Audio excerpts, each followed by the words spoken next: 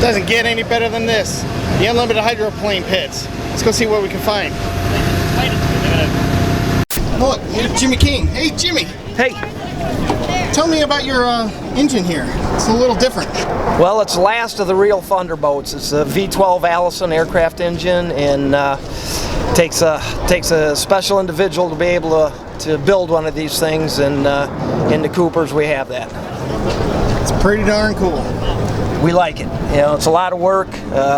Has its ups and downs, but for us, it's the only way to go unlimited racing. It still puts the thunder in the Thunderbolt. Cool. Thanks, Jimmy. You're welcome, man. Hey, here's Kelly Stockland. Let's go check this out. Hey, Kelly. How's it going? What kind of turbine is this? This is a T53 Lycoming turbine engine. It came out of the UH-1 Huey. It's built 1,600 horsepower approximately, and it's quite a bit smaller than the competition, but we use it just because we like the little engine. Hey, I found Cal Phipps. Hey, Cal, what are these turbines that you're running? Basically, they are a T-55 out of a Chinook helicopter, Vietnam War era. Turn them about 110%. Basically, keeps all these boats even, keeps life in these engines. They seem to last. They go and go and go. A lot of teams have one engine. We're lucky enough here on the U-27 Dalton Industries to have two engines and almost a third engine. By next season, we're going to have a third engine. Up with Kevin Ekrit. Hey, Kevin. Hey, how you doing? What's that? This is what we call our gearbox. It's what makes the boat go round and round. We got the turbine motor that sits in front of it. Got an input shaft that comes out of the motor, goes into the top of the gearbox. Our input shaft spinning at about 18,000 RPM. Got a bunch of gears inside it, transposes it out, comes out the output shaft where the prop shaft hooks up to. Reduces it down to about 10,000 RPM. That equates to revolutions per minute on how fast the prop's actually spinning. So without this gearbox, we can go ahead and we can change the gear packs inside the box. Make the output shaft spin faster, make the output shaft spin slower. So without our gearbox, we have nothing. We'd just be sitting there still with motors revving. Cool, thanks. Hey, not a problem. Thanks for coming by. Peters and May, let's see what we can find. Oh, here's Tom Thompson. Hey, Tom. How you doing? Pretty good. Well, with these boats, a lot of people think with a turbine that it doesn't have a prop, but a turbine boat still has a prop with a gearbox. The shaft goes into the gearbox, out of the gearbox, and into the engine. Props are generally the same for every boat. Some people run a little bit different diameter. Some people run different pitch. The way the blade is cut and the way the blade is cupped will make the boat do different things, whether you want to raise the nose, raise the back, more RPM in the turn, faster through the turn, faster in straightaways, is all dictated by the prop and how it's cut and how it's cupped. Cool, thanks. Very welcome. Here I am with Scott Lidicote. Hey Scott, what do these boats ride on? Well, the reason they're called H1 Unlimited hydroplanes is because they're almost more plane than a boat. So what we have here is we have this ginormous air trap, and so when we're approaching speeds of almost 200 miles an hour, it's ramming all the air down into the tunnel of the boat, which makes it fly over the water. Now what we have on the outside though, these are called sponsons, and they're almost like training wheels of sorts, and when the boat's flying through the air, you'll see it just dancing as it touches the sponsons, and that's what they call it, a hydroplane. Cool, thanks. No problem. J. Michael Kelly here. What are these pieces here by the sponsons? These things right here, on both sides of the boat, the right and the left side, these are what we call bowl noses. You can run different size bowl noses depending on how you want the boat to run. They will help carry the boat, get more air under. You'll notice on this side, this one's longer than the right side. The reason this one's shorter is to keep, we don't want as much airflow going under there, because when you go into the corner, if you got too much, the boat would come up and blow over, snap roll or whatever you want to call it. Here's Jesse, he's going to tell us about the canard, I think. Hey guys, the canard we use to settle the boat down if the boat gets out of shape. Basically, I move it with my left foot here, and when the boat gets out of shape at the end of the straightaways, we just step on this, kind of settle it down, and then when we get back through the corner and onto the straightaway, we go the opposite way and get the boat to fly down the straightaways a little bit. Mike Webster, what do you think? Hey, Hey, can you tell me what this big wing up here is?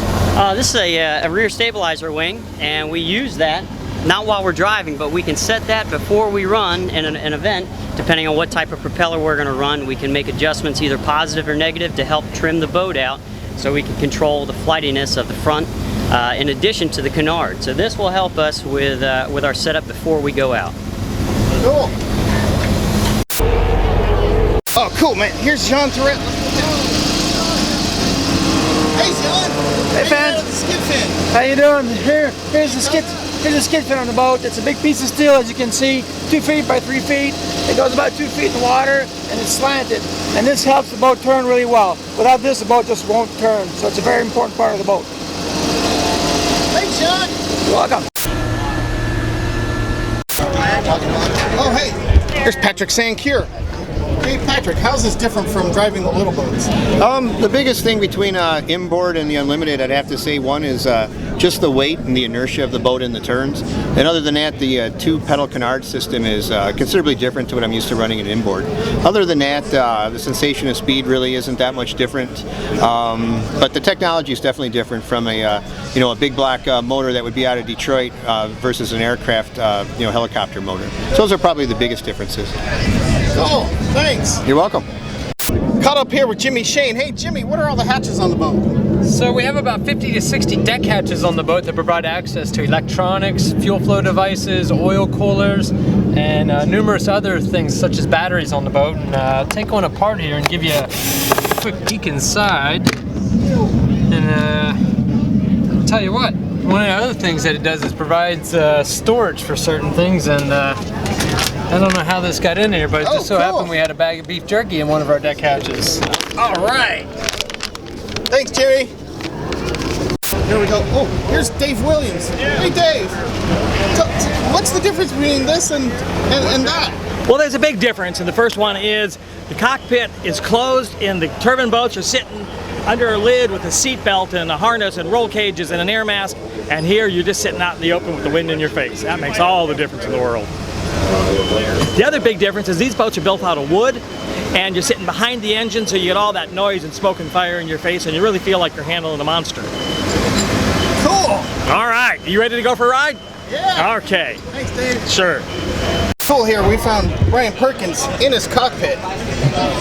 How's it going, Brian? Good, just hanging out.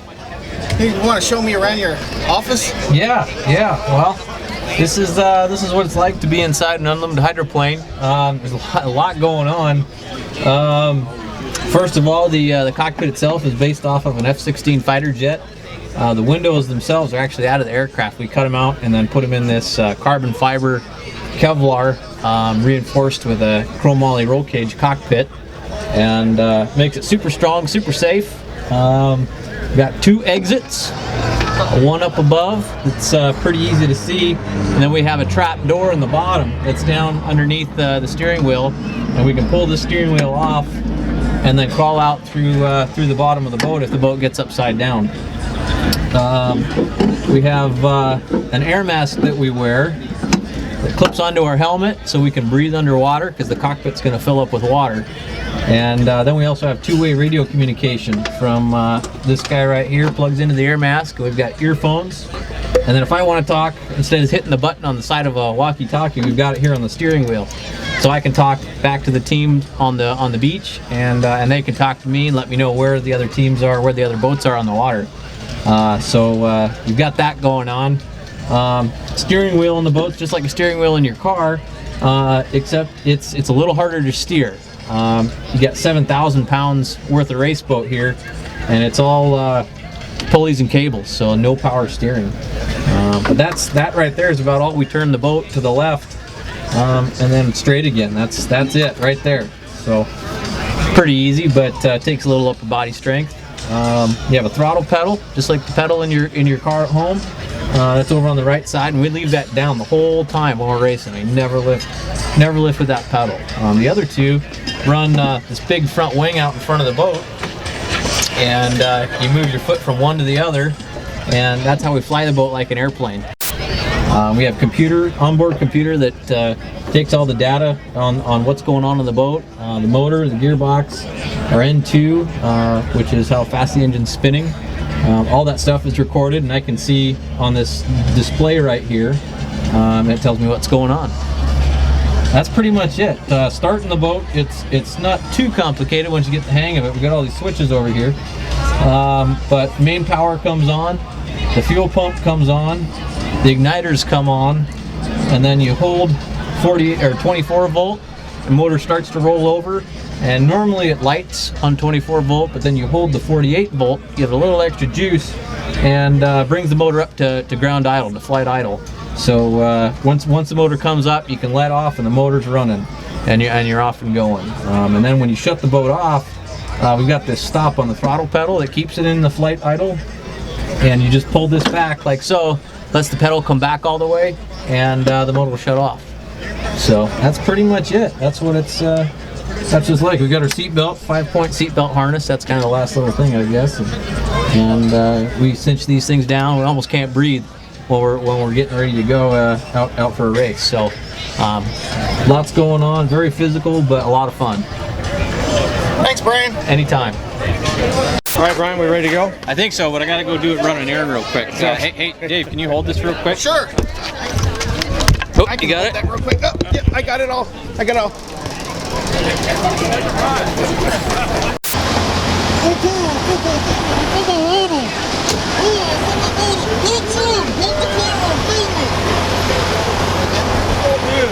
I gotta get one of your shirts, man.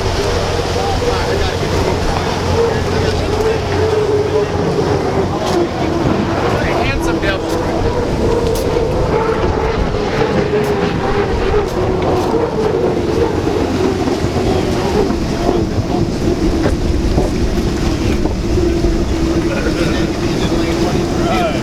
All right, Brian. Look at him.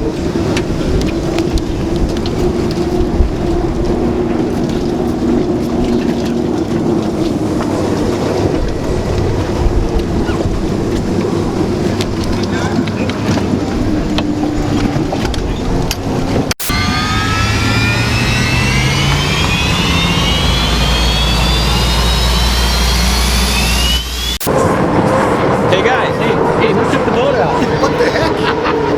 You're supposed to be out there.